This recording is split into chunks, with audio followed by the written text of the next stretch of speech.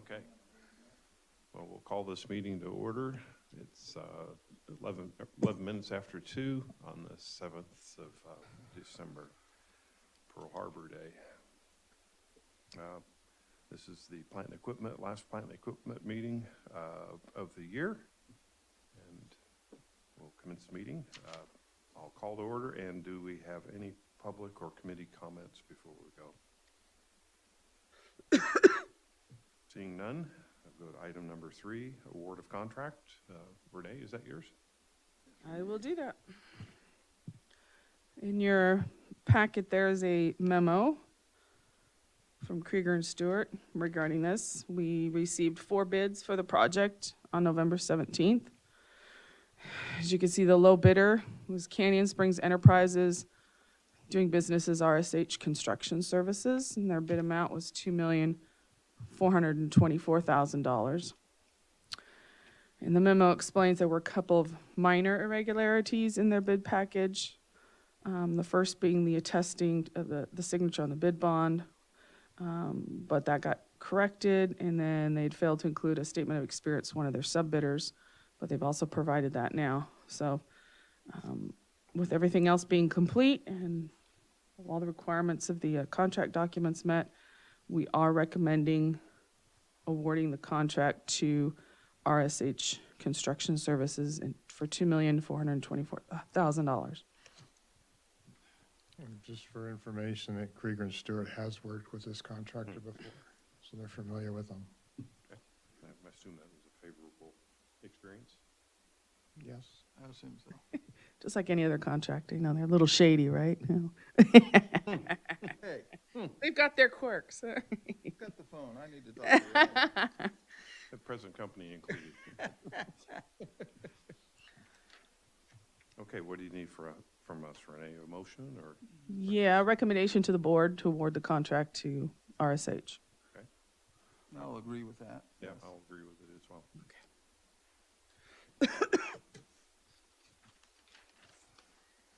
Item number 4, another contract, construction of the Gateway Reservoir.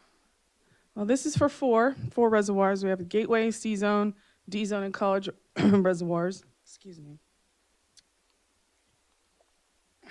Had this cough now for over 3 weeks. It's crazy.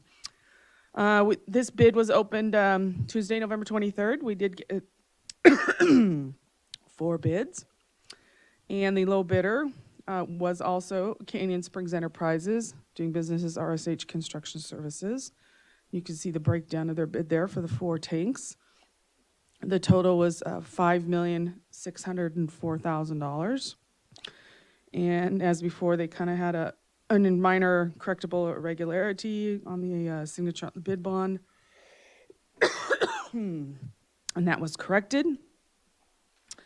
We are recommending, though,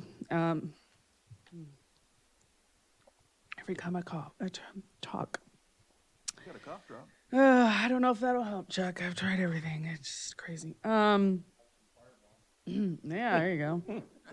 That'll knock me out. We did have in the bid documents and specifications that the district had the option to award all or none or not all of the tanks. Due to budgetary constraints, we are recommending not constructing the D-Zone tank at this time. That would be $902,500 that the district would not pay for at this time, and we could do that in the future. So that would bring down the the total bid to $4.7 million.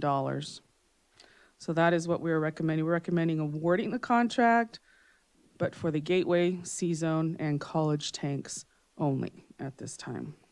Now, this is for the same company, It is the same company. and they're big enough to handle $6 million worth. They are a large company, yes. I'm sorry, could you explain again? Get you at a bad time to explain again, but what was the issue on the D-Zone, the reason that we're not? It's mostly Over budget. financial. Yeah. I'll just cover it since you're Go right ahead. coughing. Thank you. Okay, so if we take the 2 bids for the booster and the tank, we got a work order from Krieger and Stewart for contract management and inspection services. And when we add those two costs, we're just a little bit over $9.4 million. And as contractors know, there's always change orders. So we're estimating about $10 million for two projects. We have, and Ty, correct me, $6 million from the COP. We have $750,000 in capital facility fees. And we had planned on using $1 million from our capital reserve. So that's total about 7.8 million. So you can see there's a little bit of shortfall there. So to make that up, we thought the D-zone tank, we can put that off for a while, not do that one. We had a conference call this morning. All staff was on it along with Chuck Krieger and Travis Romaine from Krieger and Stewart. They're putting a pencil to the numbers that they gave and trying to, they feel there's a couple $100,000 at least that they can knock off. And then we talked about doing more work in-house with staff. And on the admin exec tomorrow, you'll see and we'll bring to the board, what we're looking at doing is hiring a temporary MRC position. What that will do right now, Justin, our engineer, there are days when he's out in the field all day doing nothing but locates because of this fiber optic that's going in and other construction projects. So, and that's going to go on for a couple of years. So that's, although it's necessary work, it's not fully utilizing him as an engineer. So what we would want to do is to bring a temporary in as an MRC, take one of the senior guys, have them do the locates. They know the system, infrastructure, they can do the locates. Free up Justin to do more of the inspection and contract management in conjunction with Krieger and Stewart. And also water supply can do some of the daily inspection work as well. So we're looking to bring the cost down as much as possible. Chuck, within the next couple of days, they're going to come back with some new numbers, and we'll see exactly what differences we have to make up. And we'll talk to Ty, and there's possibilities that we could maybe use a little bit more capital facility or extend it into the next year. But regardless, to make up that almost $2.3 million, we have to take one of the tanks off, and D-zone is one that we feel at this time that we can put off for a year or two. Okay. Man, you got about $6.5 million worth of work, and the total cost is 9.1 or 2, whatever Well, you said. Yeah, Is Krieger and Stewart that much money over the $6.5 million? yeah, the contract management inspection for the boosters was something like $499,000. And then for the tank project, it was 800 and It was something. close to 900,000. Close to 900,000. And it's over, like, it's a 2-year period project, so it's a long project. They did the plans and stuff for it? Oh, yeah. Krieger and Stewart did? Mhm. Yeah. I mean, that included, those costs, that was, as Chuck Krieger said, that was their worst case. It includes all, per diem for travel up here, for lodging, for all inspectors. Some of that can be cut In-house. out. Yeah, we Yeah. can do that in-house. So they're gonna come back, as I said, with a Okay. new number for us, so we'll know exactly what it is we have to make up. What would you feel comfortable being at to do the whole project? Well, probably close to $8 million, just under $8 million. Well, you might end up being able to come to that. I think we can, and like I said, we've just talked before the meeting, and there's a way to put some of that, we're not gonna spend that all the next fiscal year, so some of that can carry over the next year. That'll be the next. Okay. And we can make it work out. I mean, ideally, you'd like to get all the tanks done, but the reality is, looking at the way things have come in, it's not gonna be done. Part of it is, Chuck Krieger pointed out, the bid, especially for the tanks, was done a while ago, and, we're dealing with supply chain issues and cost of materials now, cost of steel. So that, not to attribute the entire difference to that, but that is certainly a factor in the bid.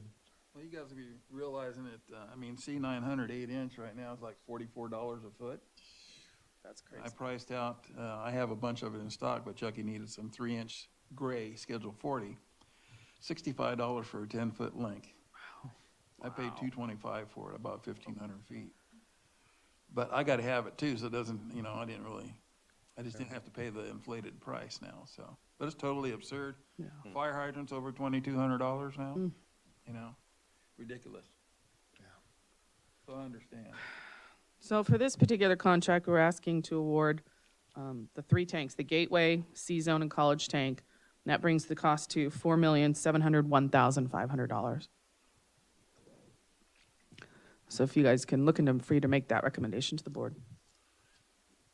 Yeah, I think that, I don't have a problem with it. Yeah, okay, understand that. So, yeah, bring it to the board. Okay?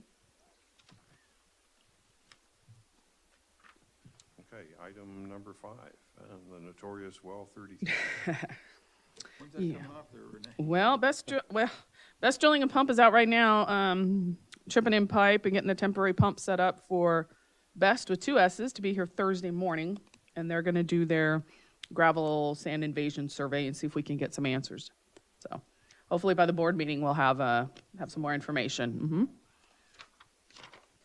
Yeah, things got put off because we were trying to, Best is in town also doing work with the Brackish Water group.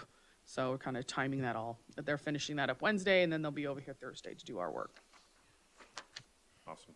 Good to have that behind us, or at least, Well, now we'll know how to proceed. right. Let's hope. Okay, post-earthquake Cal OES? I've got nothing new on that. I haven't called and bothered them yet. I did ask our project manager there who I would talk to. He gave me some phone numbers and things. So I said, well, it was mid-September. I wanted to give them another week or so and just see, because I know things are taking a long time to process. So sometime this month, I'll give them a call and see if they can give me a status update. Okay. Jason, going to give us a SCADA update? I can do it. Jason?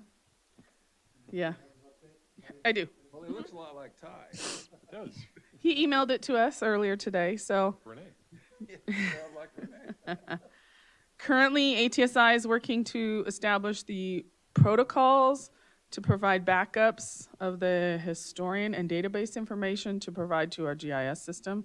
Not quite sure what all that means, but I don't know if it's supposed to say historical information, but we're waiting for finalized copies of the site acceptance tests, the program control narrative, and the electronic plans from ATSI.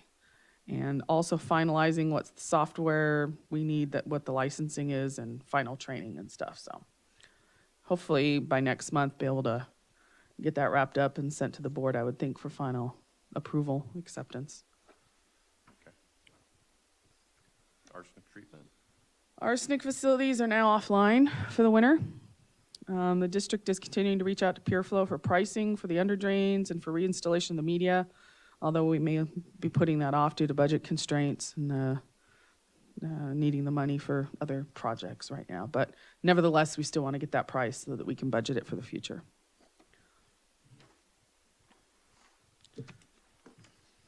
Okay. Solar production?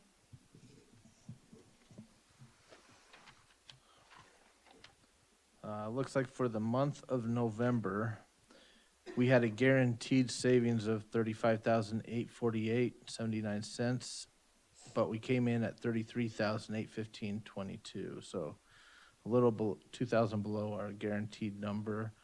We still haven't for October received the savings amount for well 33, and it sounds like there may have been a problem with the meters. We may never know exactly what that number is. Yeah. We still have, well, it looks like for the fiscal year, we have a savings of 204,000, but they're still working on a credit of somewhere around, I believe it's around 280,000. For funds that we didn't get, or didn't get credit for the. No, the surplus, extra credit that they can work towards. We're coming in under the guarantee, but they have 280,000 to So that's a work with. continuous list, and Yeah, for the life of the contract. that was my next question. Okay. Probably low today, as dreary as it is, as that type. Well, that gets us to future agenda items. Anything, Chuck, or others? I'm gonna practice being on time. That'll help any. Yeah, you and me both. I did have one question as far as tomorrow night's GA meeting. Now, is Stan going to that meeting? Okay. That's my Anybody else understanding. from the district? You said tomorrow night, is it not during the day? No, it's at 11. There's no closed session, so it's starting at 11 o'clock tomorrow morning. Yeah, there I was. don't physically go, but I I multitask, I work in here while I'm watching it. Yeah, I listen in at home. I had but- two people ask me today, the first time ever, and I said, well, I think that Stan's the only one that actually goes, but everybody else keeps track of it, so. Yeah, for so long, they didn't have it open to the public, It's, and then once they did make it open to the public, I'd so Right. used to dialing in from It seems to home. be that the public knows about Stan, so that's why they're calling. Yeah, yeah. Well, that's good news. Yeah. I just heard a couple things this week at the JPIA that I'm not sure makes sense to add for future agenda items, but part of it will be mentioned in the finance report next meeting. They're anticipating an increase in liability insurance next year because of all the losses that have been suffered across, not just in Definitely. Southern California and North, but across the country. So the other topic that they spent a fair amount of time on, I wanted to talk with Jason about is cyber. And do we have cyber coverage through JPIA, do you know? Cyber coverage? They offer insurance on cyber against attacks and things. I just didn't know if it was part of our insurance. I believe we do. I'd need to go back and verify at what level, but I believe we have a endorsement for cyber. Okay, they're going to send us a package that our IT folks have to fill out. It's a pretty extensive questionnaire. Apparently last year, they misestimated what the damages might be from cyber claims, and so where they used to have a premium that was on the order of a couple $100,000, it's going to go up to $1 million next year. And to actually be able to qualify to be insured, we're going to have to fill these forms out to see if we're insurable. Is that the premium or the coverage? That's the Probably up to $1 million in Coverage up to coverage. up to $1 million, yeah.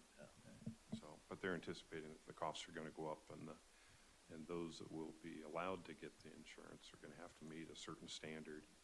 And I asked them if they could provide us examples of what they're looking for rather than just answering a blank form. It would be better, right? I mean, give us some advice of what we should be doing, dual form authentication or whatever it is that they want us to do. But anyway, I think it makes sense in this meeting since Yeah, plant equipment. Jason usually talks about the SCADA and other issues here, but, so. Are you wanting to put an item on for discussion of cybersecurity? Is that what he's, We Is should. this the right forum to do Yeah. it, or do we want to do that? Finance? or we can do it as a side topic, don't have to do it during committee meetings, but. Yeah, maybe. I suppose it's plant and equipment more appropriately than anything else. Right, so maybe we'll just add that. Add that to the agenda for the board meeting? Yeah, I think it would be good. I think that's a good idea. For some reason, I'm thinking, isn't that a requirement that we have that insurance? I'm thinking that somebody requires that we have that insurance. Yeah, And I don't, just vaguely remembering something about that yeah, and I know became a requirement. Jason asked me, maybe it was a couple years ago, about Yeah. what our limit was. So I'm pretty sure we have it, and I believe it's at like 250,000, which would, I like they have a said, vague probably be recollection of low. that coming through, some kind of requirement because of all the hacking that was done, that Yeah. they wanted to make sure that you're protected. Apparently, there was a special district in California that got hacked by a ransomware, and what they did was they got the bug in the system, but they didn't activate it for like 6 months. So by the time we'd done all of their normal backups, when they activated, all the backups had this bug in it, so they had no way to recover, and I think it cost them $750,000. You listening, Chris? Anyway, yeah, $750,000 was the settlement, and they basically paid it, right? Because there wasn't much choice, but. Yeah, I wouldn't doubt that we have it, but bring it to the board, let's see what we got. Yeah, okay. Sure. Good enough. All right then, well, without further comment, I'll call the meeting closed at 2:31. Thanks, guys.